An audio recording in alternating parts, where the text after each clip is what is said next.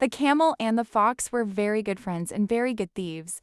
One day, the two friends decided to cross the river so that they could travel to a nearby farm to steal food. The small fox could not swim, so the camel said to his friend, "Climb up onto my back and I will swim across the river." And so the fox climbed up onto the camel's back and the strong camel swam across the river to the other side. When they had crossed the river, the camel and the fox made their way to the farm. When they finally arrived at the farm, the fox caught herself a chicken, while the camel dug up some lovely fresh vegetables. The greedy fox quickly gobbled down her chicken and then said to her friend the camel, "When I finish eating, I am accustomed to singing."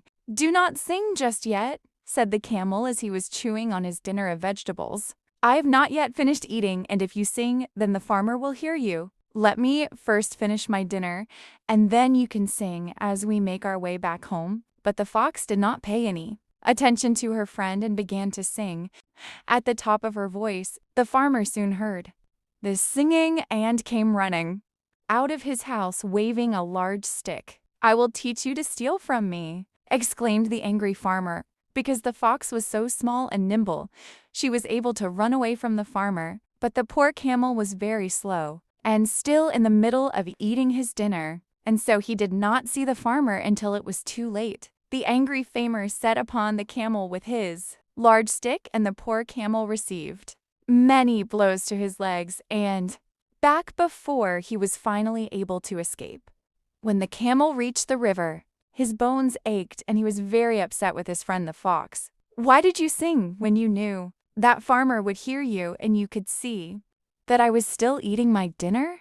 asked the camel. "Because it is my custom," replied the fox in her matter-of-fact way. "Now let me climb upon your back so that we may return to our home across the river." Then the camel walked slowly down the riverbank into the water and began to swim across to the other side with the fox upon his back. When the camel was halfway across the river, at the point where the water was at its deepest and the current at its fastest, he stopped swimming and said to the fox, "When I have finished eating, I am accustomed to taking a bath." "Do not take a bath," pleaded the fox. "I cannot swim, and if you take a bath, I shall drown." "I'm very sorry," said the camel, "but I always take a bath after I have eaten. It is my custom." And with that, the camel lowered his back into the deep water until the fox lost her grip on his back and began to splash around helplessly against the fast current. "Help me!"